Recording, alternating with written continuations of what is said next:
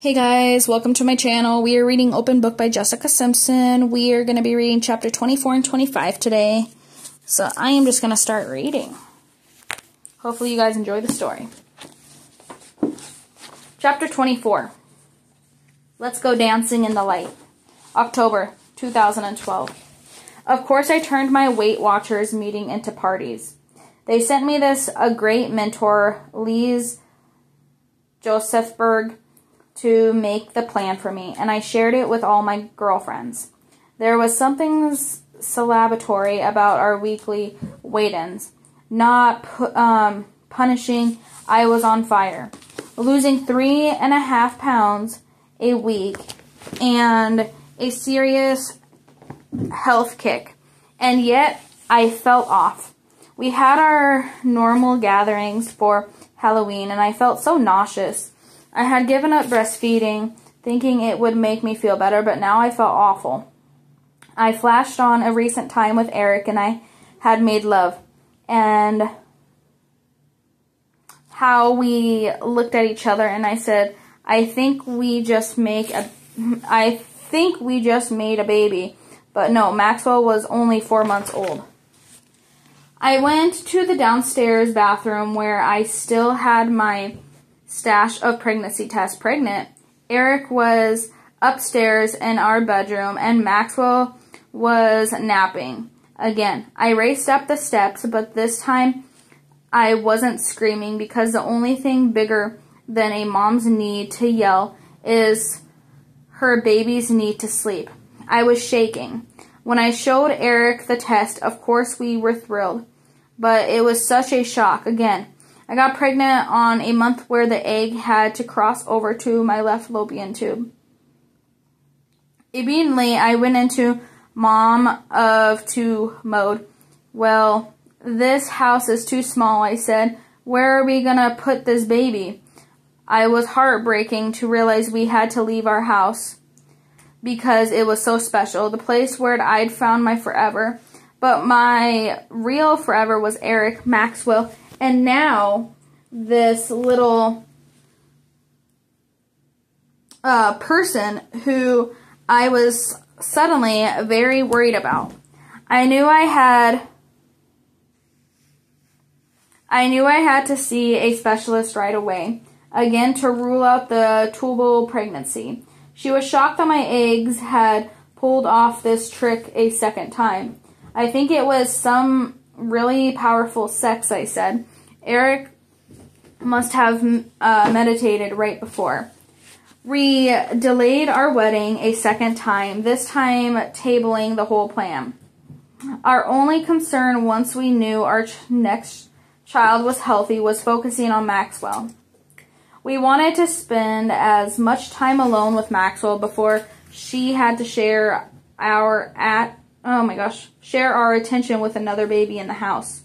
When we told friends, some people okay, and a lot of people were like, oh my gosh, are you gonna do this back to back?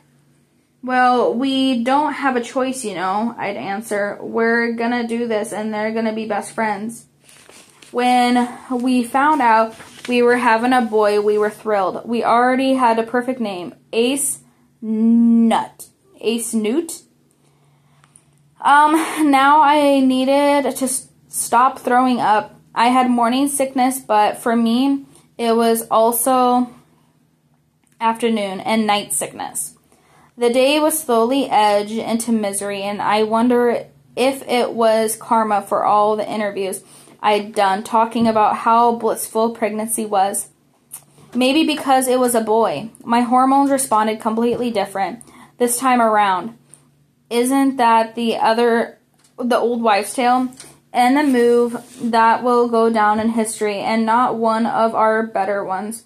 We booked a 3-week trip to Hawaii for the end of December and beginning of January.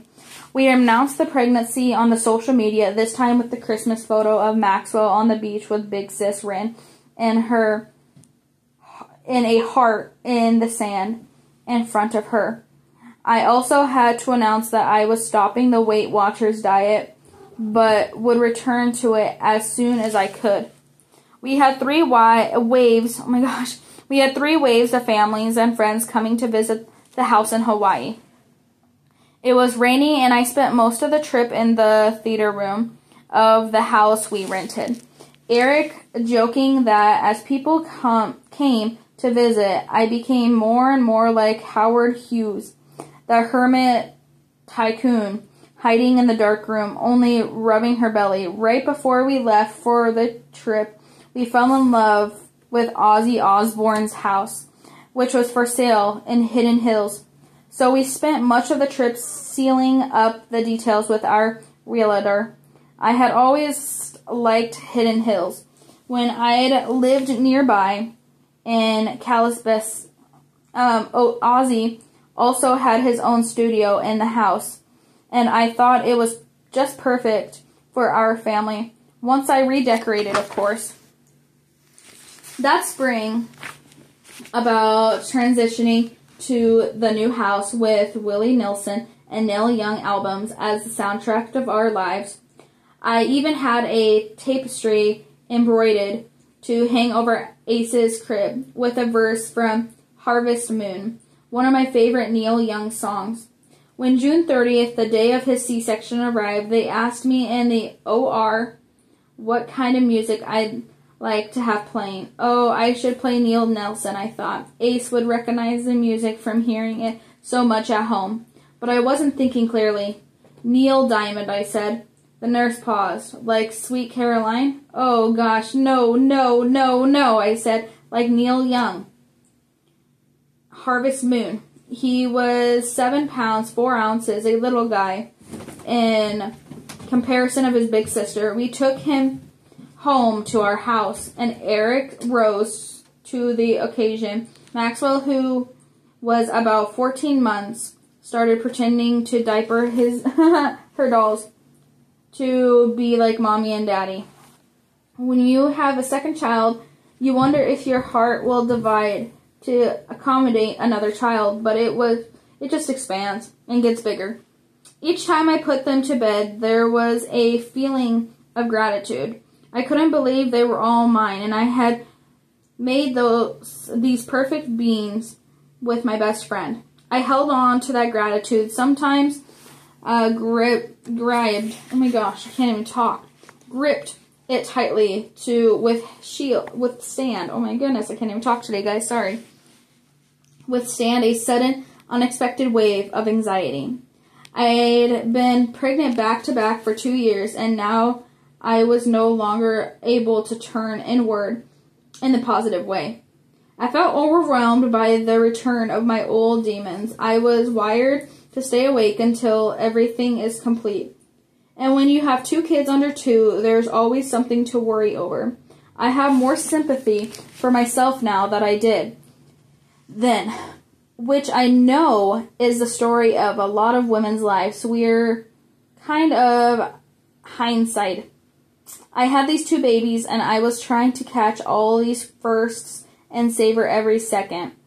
I wanted to still be intimate with my husband as my system tried to reset itself, and once the hormones stopped fluctuating, I had no idea what would even look like.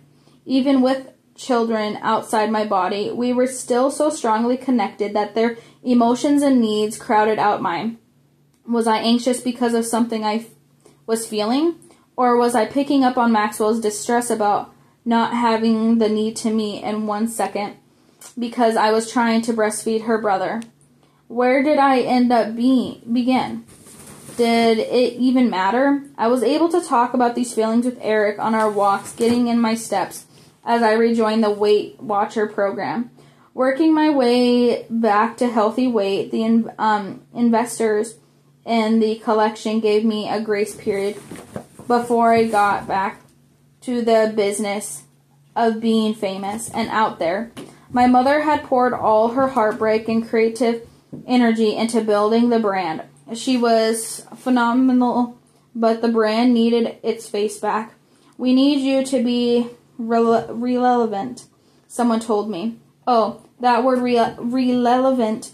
I turned that one over in my mind.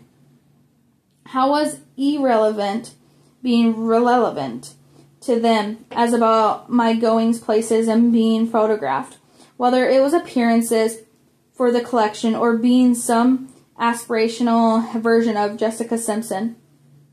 I also put pressure on myself because I was fully aware that I needed to be fully connected to my brand. It was my face that sold it, but this, being a mom, was the person I aspired to be. But relevant dug into the insecurity I had, another than planning a wedding. I really didn't know what was next. Eric and I didn't need a big wedding to prove our love. We had our dream wedding already, and then my publicist and best friend Lauren told me a magazine wanted to buy the inclusive and said they were willing to pay. The offer would cover a huge collaboration, but not so much for us, but for all our loved ones. Hun, I said, I guess I'm having a big wedding then. We were already in the habit of hosting huge parties at our house, 2 to 3 day extravaganzas, where all our friends gathered to share one another's company. Any excuse would do, and we always had a blast. We had it to share, and this wedding would be like one of those parties of steroids. There was one last thing I wanted to do. When I next visited my beloved Nana and Papa, it was for Thanksgiving, after Ace, Papa's namesake, was born. At that point, Papa was suffering from dementia and was unable to retain information. I watched my strong grandmother, my prayer warrior, being so protective of her husband for 60 years. We sat in the living room and she held my hand. I shared my memories of Papa and him taking the snakes from the grass for us. I looked up at her wall, which still had pictures of me and Nick. Nana, I love you so much, I said, but you have to let me help you take those pictures down. I have babies with another man. Eric is going to be my husband. He's already is in my heart. She nodded. She would do that for me. My grandfather, Ace Drew, passed away on December 4. The Waco Tribune Herald ran a big obituary. One of the lines read, Coach Drew's grandchildren were the apple of his eye. It was so meaningful to me that he was alive when my dream of family came true, and that his namesake, shared the same earth, if only for a short time. Chapter 25. Ever After. July 2014. Just be in the moment, I told myself the morning of the ceremony. Be here, be present. I woke in our cottage in ranch, and looked out at the garden of roses. I had chosen this place to start our marriage because it felt like our first home. Everywhere you look, there were flowers or ivy climbing a wall, as if a good witch had spun around, raising a collection of enchanted cottages from the earth. For a while, I had been blocked on what I wanted my wedding to be. I didn't want to be opposite of my first wedding, but I had to reflect who was I. I found myself going back to the book I loved, Great Expectations, and its 1998 film adaptation. The movie captured what I loved about the book, a delicate beauty that's been worn and softened with the passing of time. Eric, always moving if he was not perfectly still in meditation, was already outside welcoming the day. Carol was looking after our kids in the cottage. They adored her and called her Cece. This was the slight calm before the storm of the day, probably the last minutes I would have alone. I had spent 6 months planning every detail for this wedding weekend, for 275 guests. I let myself get too stressed about it. It was the wrapping paper thing I do, where I overthink how I package a gift for someone. when they're only going to tear through it to get to what matters. I overworked myself on every detail, but Eric and I did really want this wedding to be for our friends. It was a thank you and a love letter in one. A hug back from the supporter they'd given us and the love in parenting. This was as much about them as it was about us. In many ways, this was an opportunity to have a family. I grew up with back together. I asked my father to officiate the wedding, and my mother and Ashley were both my maids of honor. My parents had trouble being in the same room, and now I was going to make them stand next to each other up there with Ashley just so I could look at them. My father called me 3 days before we left for the wedding to tell me he was bringing his friend Jonathan, a young model he often shot for his new photograph business. He wasn't on the list, I said. There was a pause. I reminded myself I needed to accept my father, who he was, as he worked it out in real time. Okay, I said.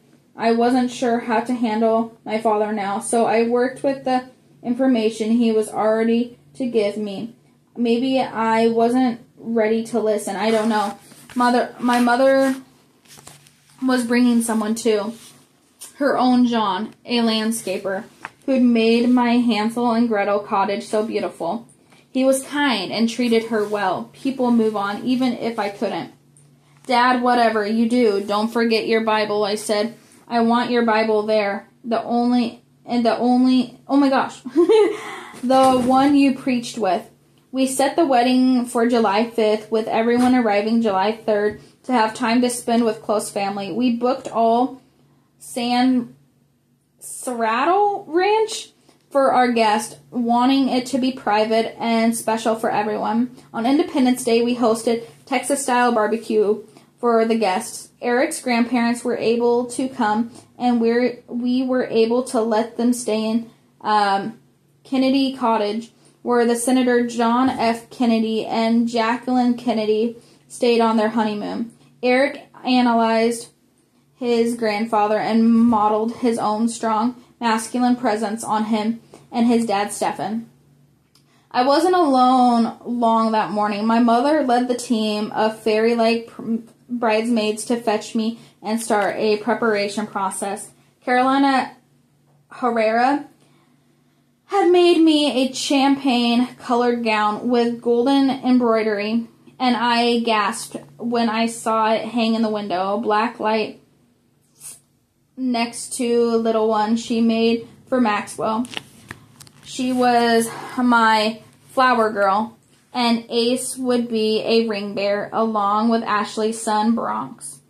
I didn't want to wear straight white, but I couldn't help but want a princess dress that flared. A bit of Texas and San Cerrado fairyland. My stylist, Nicole Chavez, and I spent months picking out gowns, gazing shades of lightest blues, lavender, and green. For the 12 bridesmaids, we look on all the runways and ask nicely if we could maybe borrow a dress.